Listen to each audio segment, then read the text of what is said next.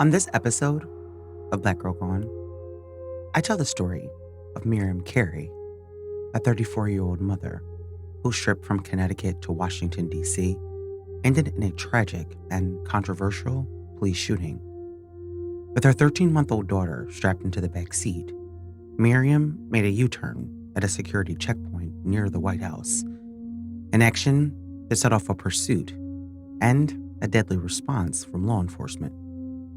In a matter of minutes, officers fired 26 bullets into her vehicle, killing Miriam on the spot. But why did a traffic stop escalate to deadly force? Was Miriam a true threat, or was this a preventable tragedy? This is Miriam's story. The events that would come to define Miriam Carey in the public eye are far from the woman that her family knew. In the months leading up to the incident, Miriam had been, according to her family and friends, struggling with depression after giving birth to her daughter, but was getting better. Miriam was originally from Brooklyn, New York, where she had lived most of her life. She went to school there at a local community college, where she received an associate's degree in dental hygiene. And then she attended Brooklyn College, where she majored in health nutrition science, and she graduated from there in 2007. People who knew Miriam said that she was an ambitious and focused young woman. She had dreams of furthering her career and becoming perhaps a dentist herself one day. By all accounts, she had led a normal, happy life. She had lived in New York her whole life, but she wanted to buy a house, and we all know that the real estate in New York can be extremely high. So in 2010, she decided to move to Stamford, Connecticut, which is about 40 miles from New York. In a report done by the Washington Post, her sister said that she still came home pretty much every weekend to visit them and their mom. But Miriam did start a life in Connecticut, and that's where she met the man that would become her daughter's father, Eric Francis.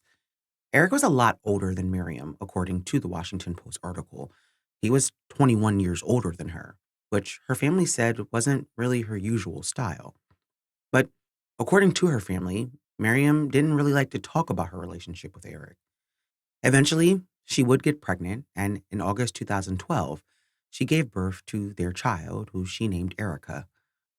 But not too long after giving birth, Miriam began to experience symptoms of postpartum depression. Postpartum is extremely common and can show up in various forms. 1 in 500 women who give birth experience postpartum depression, and Miriam sadly was one of those women. In the months following the birth of her daughter, she struggled with her depression, but her doctors had placed her on medication and a treatment plan that would have her weaning off the medication after a year. And so, according to her mother and her sister, she was beginning to get better.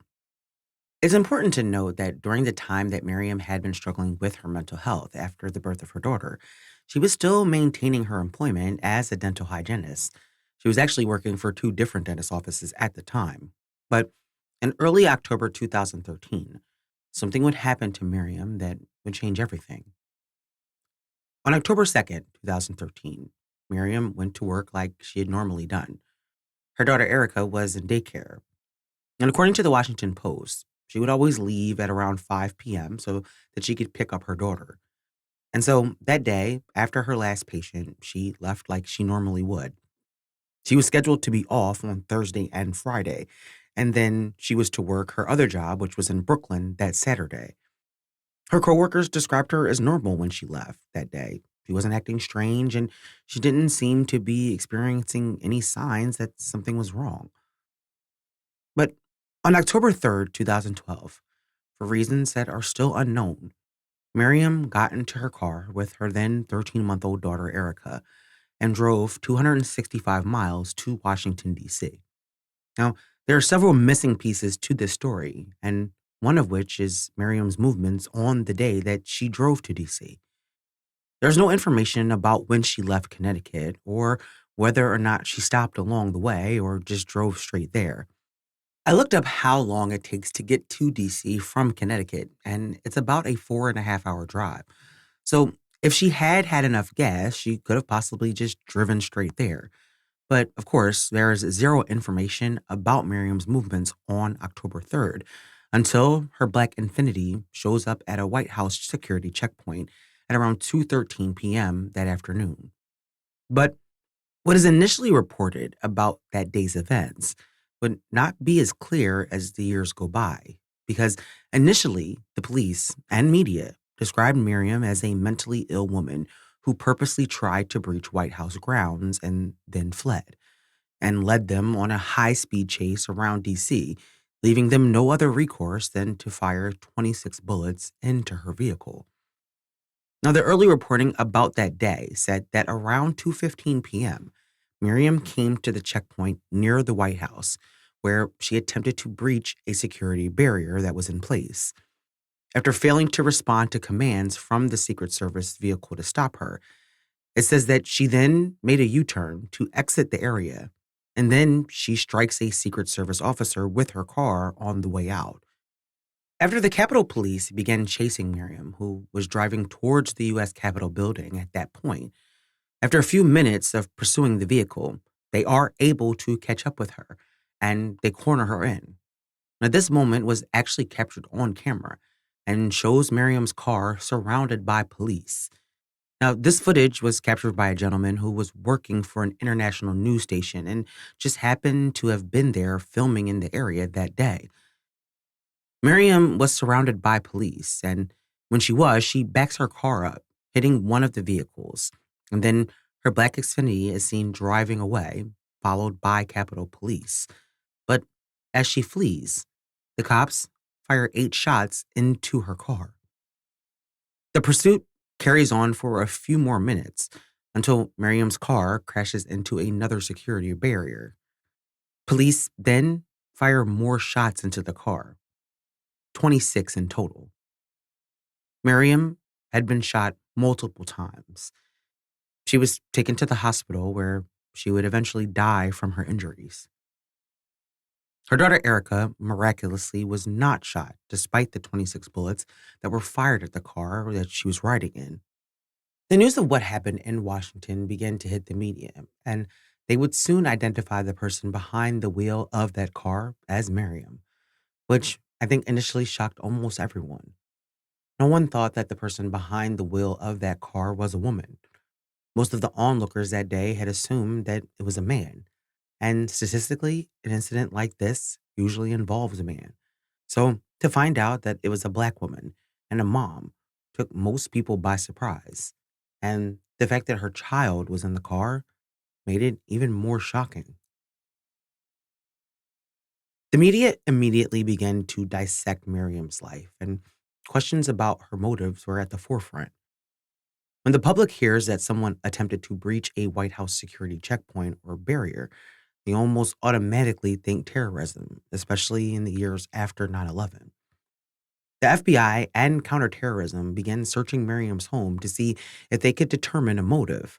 They even called in a bomb squad, but of course, they found nothing because Miriam wasn't a terrorist, nor did she subscribe to any ideologies that would make her a terrorist sympathizer. With those possibilities eliminated, questions about her mental health began to arise. In interviews in the early days after her death, her sister and mother told the media that she had been struggling with depression, and this led the media to obtain police records that painted a picture of an unstable Miriam. The police reports said that Miriam had called them to report that her neighbors had been surveilling her. There were also several calls placed by her boyfriend for various reasons, including locking herself in the bathroom with their child and refusing to come out and disappearing with their child for a period of time. Investigators also found medication for both postpartum depression and schizophrenia in Miriam's apartment. Now, I didn't mention this before, but Miriam was diagnosed with a particular kind of postpartum depression with psychosis, which doctors say can cause delusions and hallucinations. Her sister, however, denied that she was experiencing those kinds of symptoms, and no one who worked with her said that they ever witnessed Miriam having delusions or hallucinations. But she had been prescribed the medication nonetheless. The question was, did that have anything to do with why she drove to DC that day? There were reports that in one of her episodes, she had accused President Obama of spying on her. And of course, when that information is released to the media, people assume that her delusions must have led her to DC to perhaps confront Obama. But we don't know. We actually have no idea why she went to DC. And the last people who spoke to her said that she was fine, happy even. It's also important to note that the encounters with police I mentioned before had taken place 9 months before she went to Washington. No one can speak to what was going on in Miriam's mind on that day or in her final hours.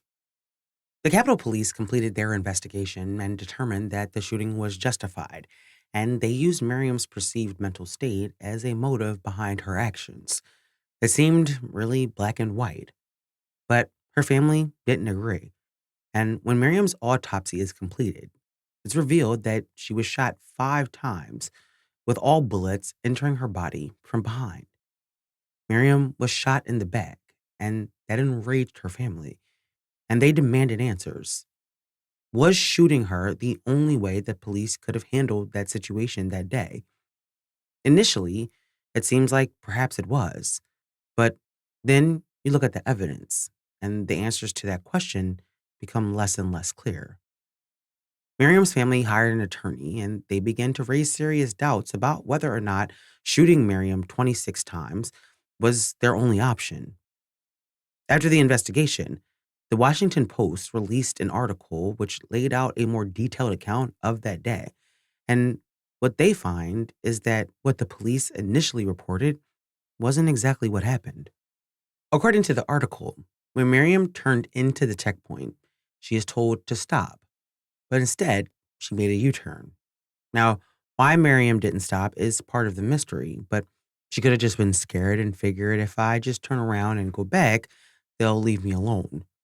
But when Miriam makes that U turn, a plainclothes Secret Service agent attempted to put a metal barrier in front of her car in an attempt to stop her vehicle.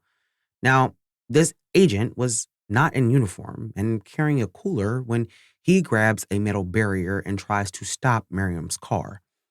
It's very likely that she didn't even know that he was a Secret Service officer, which is the argument that her family attorney would make. And the temporary barrier that she is said to have rammed in the first moments of this incident was not a temporary barrier that was already in place. It was a barrier that was being placed in the way of her car to stop it from leaving the area. Now, Miriam does drive through or past this barrier and does strike the man with her car, but it's the side of her car, and she doesn't hit him head on. It doesn't appear that she tries to hit him intentionally either. She just seemed to be trying to get away. After that, police began to pursue her car, but it's not clear if the police saw the baby in the back seat. However, when they cornered her near the Capitol, they had to have seen that there was a child in the car. The car was surrounded by officers. Did they even take into account for a second that there was an innocent child in the car? Obviously not, because they then fired 8 shots after that into her car as it drove away. The other justification the police make for their actions is that Miriam was speeding through DC, but the Washington Post discovered that Miriam wasn't speeding. In fact, they determined that her max speed from the White House to the Capitol where she was gunned down was between 19 miles per hour and 25 miles per hour, which is a pretty normal speed. And that raises the question, why didn't police just try to chase Miriam out of this vicinity of the Capitol and White House? They could have allowed her to drive off and then called the DC Metro Police to try and stop her vehicle elsewhere. But they didn't. Miriam's car crashed into a barrier. Now, it's not known whether or not any of those first 8 shots injured her body, but it's likely that it did, and that's why she ultimately crashed the car. The U.S. attorney that handled the investigation said that they did not believe that any of those initial bullets hit Miriam, although they offered no proof of that. And since they had already fired 8 shots in the car, why did police feel that they needed to fire 18 more shots into her stopped vehicle? Miriam did not jump out of the car. She didn't have a weapon, and her daughter was in the back seat. It's actually really a miracle that her daughter was also not shot. The Capitol Police policy was that you don't shoot into a moving car unless they are stopping an attack that can seriously harm other people. But Miriam wasn't trying to hit anyone. She was trying to get away. The Department of Homeland Security also told the Secret Service in 2004 that deadly force cannot be used to simply stop a fleeing suspect, which is exactly what happened in this case. Once she left the White House checkpoint, she never again attempted to breach another security barrier. The police said that they feared terrorism and that they thought that she could have been a suicide bomber. Now, we can't ignore the fact that something happened that day. And whether or not Miriam was having a mental breakdown or not, in a post 9/11 world, her initial actions may have been a concern for the Secret Service and Capitol Police. But I don't think that the amount of force used in this situation is warranted. There have been countless people who have breached White House grounds and were not gunned down. Just a month before Miriam's encounter, a man breached the White House fence and made it all the way to almost the door of the White House, where he was then tackled and he was carrying a knife. Why was he met with such restraint when Miriam, with her child in the back seat, was shot at 26 times? Now, once you learn more of the details, like Miriam didn't ram a temporary gate trying to breach the White House security checkpoint, or that the first officer who had minor injuries was plain clothed and basically threw himself in front of her vehicle, or that the second barrier she crashed into was because she had been shot at 8 times, you really start to question more and more why her death was necessary. The police used fear of terrorism as their main justification for their actions that day. And telling the public that stopped a lot of questions the public might have had about the day and the use of force. No officers were charged in connection to Miriam's shooting death. And although there was a violation of department policy, no officers were disciplined for shooting into Miriam's moving car. In fact, the officers were commended for their actions and received standing ovations on the floor of the House. Miriam's family, however, was left with the questions and no answers. And in the new era of Black Lives Matter, Miriam's story often gets left out by mainstream media. In the wake of the murder of Breonna Taylor, discussions about police violence against Black women became a trending topic, and campaigns like Say Her Name helped to bring Miriam's story back into the light and raise questions about the brutality of her death. On January 6, 2021, a group of mostly white men stormed the Capitol and attacked Capitol police officers, sprayed them with bear spray, called Black officers the N-word. They destroyed property and did vile things to the Capitol. The whole world watched, and what most people saw was the blatant display of hypocrisy between how the police handled these insurrectionists and how they had handled the Black Lives Matter protests that had taken place that summer. It made some people angry to watch them be handled initially with kid gloves. But for Miriam's family, the pain of the hypocrisy was deep. They wanted to know why Miriam couldn't have been met with the same restraint the officers used on January 6th. But I think we all know why. Black people, including Black women, are perceived as being a threat, and we are often met with more force, and we are given less sympathy. Miriam did not have to die that day. Had police followed their own policy, she would probably not have been shot. I thought about Erica the most during this story. She was still too young to understand fully what happened. And now, if she knows anything, it's a devastating loss. Whatever Miriam was going to overcome and achieve in her life was cut short when she was shot 5 times by the Capitol Police. Miriam deserved more. Miriam deserved a chance. And Miriam deserves for all of us to say her name. May Miriam Carey rest in peace. Thank you for listening to this week's episode. Don't forget to follow us on Instagram, Facebook, YouTube, TikTok, and Threads.